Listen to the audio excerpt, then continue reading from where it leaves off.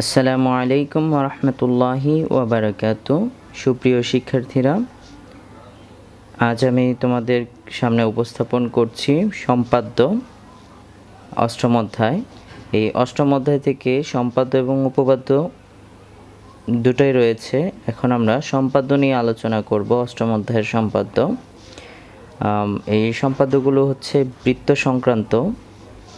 তো সম্পাদ্য নাম্বার 8 হচ্ছে বৃত্তের বহিস্থ কোনো বিন্দু থেকে বৃত্তটির স্পর্শক আঁকতে হবে। অর্থাৎ বৃত্তের বাইরে একটা বৃত্ত এবং বৃত্তের বাইরে যদি কোনো বিন্দু থাকে, এই বিন্দু থেকে বৃত্তের সাথে দুটি স্পর্শক আঁকতে হবে। তাহলে এর জন্য আমাদের যেটা দরকার, সর্বপ্রথম যেহেতু বৃত্ত লেখা আছে, তাহলে আমরা একটা বৃত্ত এঁকে নিব।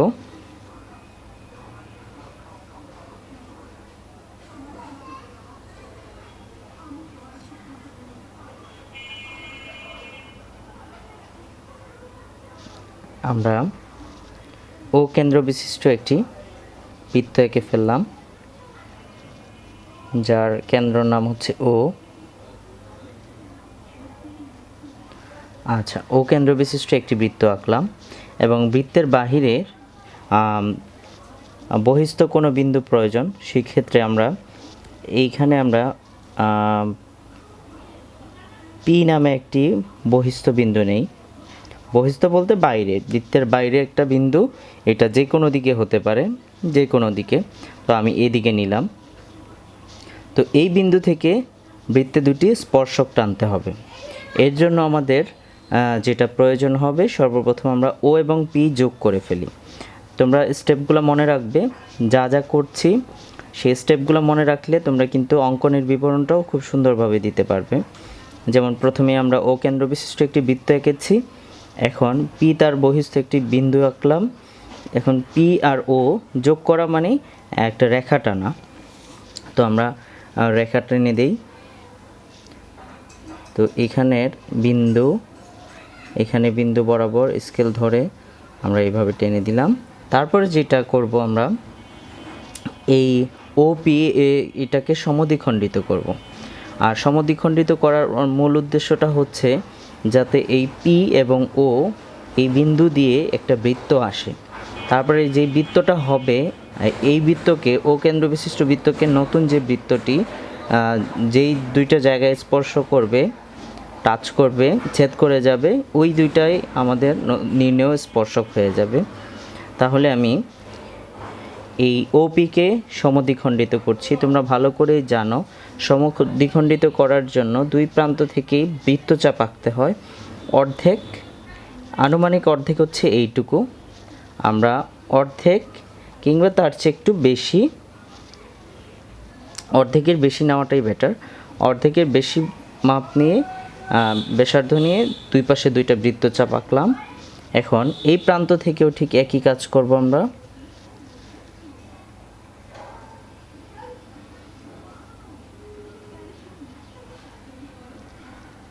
একই মাপ নিয়ে আমরা এই প্রান্ত থেকেও দুটি বৃত্তচাপ আঁকব। তাহলে দেখতে পাচ্ছ দুইটা বৃত্তচাপ আমরা এঁকেছি। এবার এই বৃত্তচাপ দ্বয় মাধ্যমে আমরা একটা রেখা টানব, সমদ্বিখণ্ডক রেখা টানব আমরা। তাহলে আমরা এই বরাবর একটা, এই বরাবর পেন্সিল ধরি যাতে রেখাটা সঠিকভাবে আসে। এই বরাবরও আবার আমরা চেক দিয়ে নেই যাতে একদম সঠিকভাবে চিত্রটি আঁকা যায়।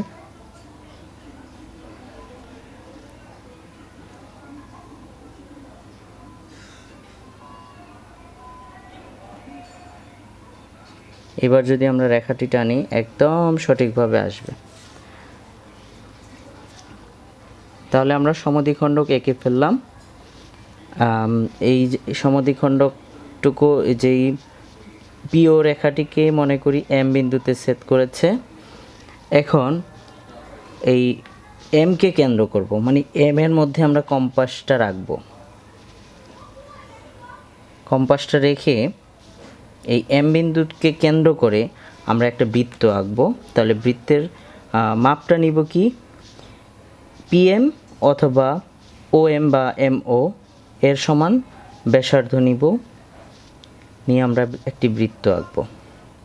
তাহলে দেখো আমরা পিএম অথবা এমও বা ওএম এর সমান ব্যাসার্ধ নিয়ে আমরা একটি বৃত্ত এঁকে ফেলছি।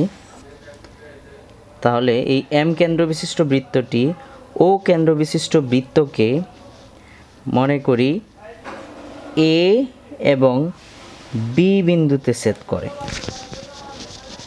এবার আমরা যেটা করব, এই এ বিন্দু সাথে পি যোগ করব আর বি বিন্দুর সাথেও পি যোগ করে দিব।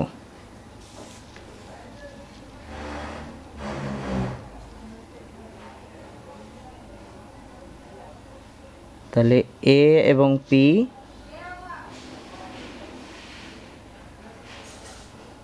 আমরা এ পি যোগ করি আর এদিকে বিপিও যোগ করব।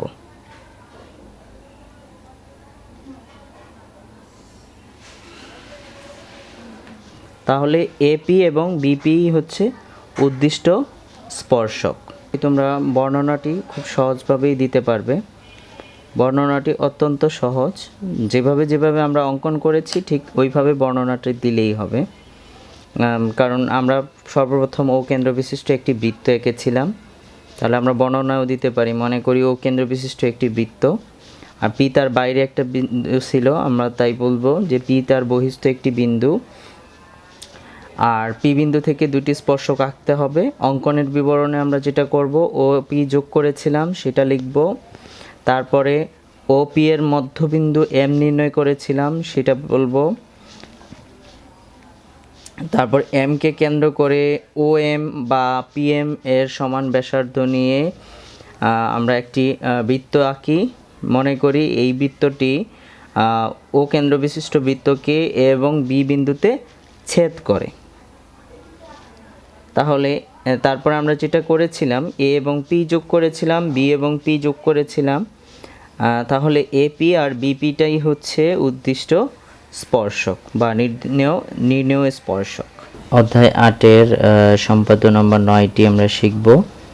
কোনো নির্দিষ্ট ত্রিভুজের কিভাবে পরিবৃত্ত আঁকতে হয় সেই জিনিসটা আমরা শিখব। তো কোনো নির্দিষ্ট ত্রিভুজ, অর্থাৎ কোনো যদি মাপ দেয়া থাকে তবে সেই মাপ অনুযায়ী ত্রিভুজটি আঁকতে হবে। আর যদি কোনো মাপ না দেয়া থাকে তাহলে আমরা আমাদের মতন তিনটা বাহু ইচ্ছা মতো আমরা এঁকে নিব। আর সেটার পরিবৃত্ত, অর্থাৎ সেই ত্রিভুজের কোণাগুলো দিয়ে ত্রিভুজের যে তিনটা কোণের একদম শেষ প্রান্ত অর্থাৎ শীর্ষ দিয়ে যাতে বৃত্তটি আঁকা হয়, অর্থাৎ কোনোভাবে সেই ত্রিভুজের তিনটা কোণাকে কোনোভাবে স্পর্শ করবে, এইটা হচ্ছে ত্রিভুজের পরিবৃত্ত। তাহলে আমরা সর্বপ্রথম একটি ত্রিভুজ আঁকি। যদি কোনো ত্রিভুজের মান দেয়া থাকে তাহলে আমাদের সেই মান অনুযায়ী ত্রিভুজটা আঁকতে হবে। আর যদি দেয়া না থাকে তাহলে আমরা মাপ ছাড়াই আঁকব। তাহলে সেই ক্ষেত্রে আমরা নিচে একটা ত্রিভুজের একটা বাহু দিয়ে নেই।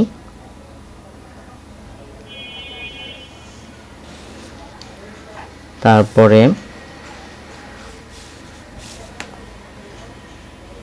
আমরা খেয়াল করব যাতে এই একদম কোণাগুলা যাতে একদম নিখুঁতভাবে আঁকা যায় সেটা আমরা খেয়াল রাখবো। এই জন্য আমি একটু করে কম্পাস এর মাধ্যমে আমি একটু ছিদ্র দিয়ে নিচ্ছি যাতে জ্যামিতিটা একদম নিখুঁতভাবে আঁকা সম্ভব হয়।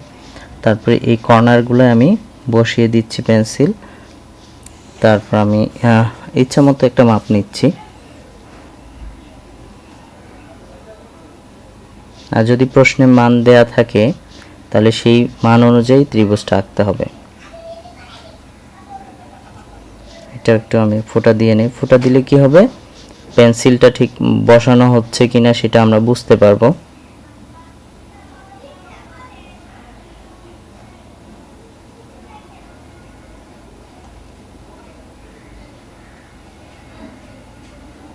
এবার আমরা আরেকটা বাহুর মাধ্যমে ত্রিভুজটা এঁকে ফেললাম। তাহলে এই ত্রিভুজটার একটা নাম দিয়ে দিই আমরা। এই ত্রিভুজটার নাম দিয়ে দিই ABC। তো আমি এখানে A লিখছি, এখানে B, এখানে C। তাহলে ABC একটি, মনে করি ABC একটি ত্রিভুজ। এর কি করতে হবে? পরিবৃত্ত আঁকতে হবে। তো আমরা যেটা করব, এইটার সমদ্বিখণ্ডিত করব। আমরা এই বাহুকে সমদ্বিখণ্ডিত করব, এই বাহুকে সমদ্বিখণ্ডিত করব। সমদ্বিখণ্ডক দ্বয় যেখানে আসবে, এখান থেকে এই সমদ্বিখণ্ডক দ্বয় যেখানে মিলবে, এইটাকে বৃত্তের কেন্দ্র মনে করে আমরা এই মাপটুকু নিয়ে আমরা রাউন্ড করলেই আসলে পরিবৃত্তটা আঁকা হয়ে যাবে। তো আমি একে দেখাচ্ছি। সর্বপ্রথম আমরা AB রেখাকে সমদ্বিখণ্ডিত করার জন্য আমি B বিন্দুতে অবস্থান করে অর্ধেকের, AB এর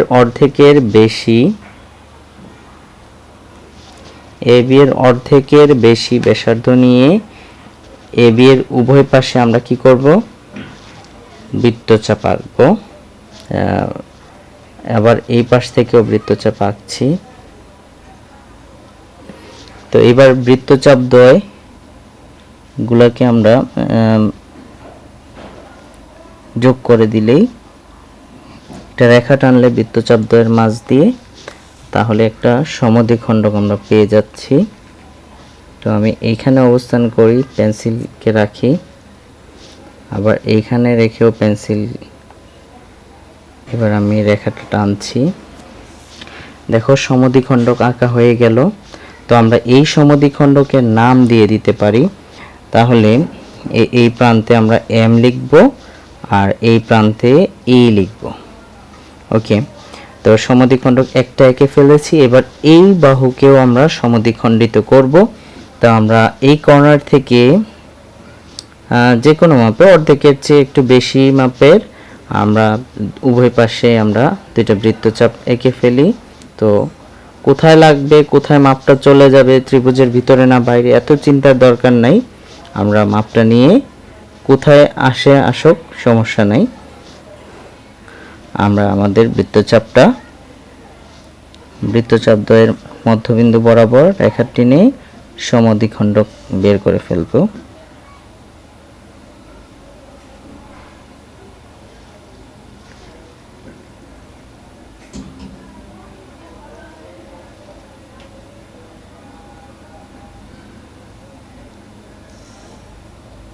রেখা টানলাম।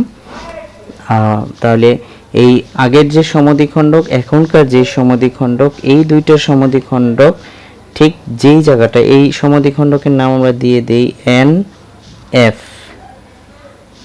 তো ME সমদ্বিখণ্ডক আর NF সমদ্বিখণ্ডক দুইটা যেই জায়গাটায় মিলবে, ঠিক ওইখান থেকে আমরা A বিন্দুর দূরত্ব পর্যন্ত, মানে A বিন্দু পর্যন্ত যতটুকু দূরত্ব, ওই মাপ দিয়ে কিন্তু আমরা বৃত্তটি আঁকব।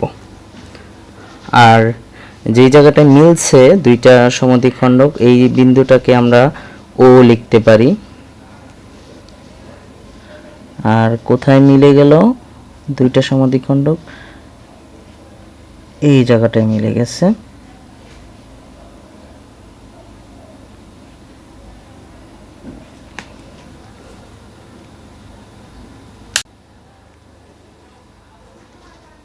এই যে দুইটা সমদ্বিখণ্ডক যেখানে মিলিত হলো, এইখান থেকে আমরা এর O থেকে A পর্যন্ত যে দূরত্ব, এই মাপ নিয়ে আমরা একটা বৃত্ত আঁকবো। ফার্স্টে আমরা এই সমদ্বিখণ্ডক থেকে অর্থাৎ O থেকে আমরা A পর্যন্ত আগে একটা রেখা টেনে ফেলবো, তাহলে আমাদের বর্ণনা দিতে সুবিধা হবে। তাহলে এখন O থেকে A পর্যন্ত অর্থাৎ OA আমরা যোগ করি। তাহলে OA এর সমান